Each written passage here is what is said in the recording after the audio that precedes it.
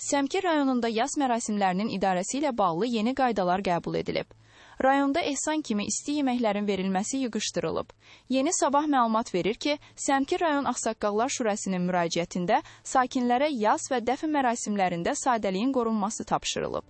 Xəbərə görə, dəfn günü hüzur yerində masaya əza dəftəri qoyulmalı, qonaqlara halva, limon, qənd, çay, xurma, göygöyərti, pendir, çörək və yuxa təqdim olunmalıdır. Həmçinin 7 mərasimi ilə 3 mərasimi birləşdirilməli, mərhumun yalnız 3-ü keçirilməlidir. Həmin gündə limon, qənd, çay, xurma, göygöyərti, pendir, çörək və yuxa verilməsi tövsiyə olunur. Eyni zamanda adna mərasimlərinin cümə axşamları ləğv edilməsi istənilir. Qaydalara əsasən vəfat edən şəxsin 40 mərasimində isə limon, qənd, çay, xurma, göygöyərti, pendir, çörək, yuxa və plov süfrəyə verilməlidir. Qeyd edilib ki, dəfindən sonraki ikinci gün və 40 mərasimindən bir gün əvvəl yalnız çay süfrəsi təşkil edilməlidir. Səmkir rayon Ağsaqqallar Şurası sakinləri bey tövsiyələrə əməl etməyə çağırır.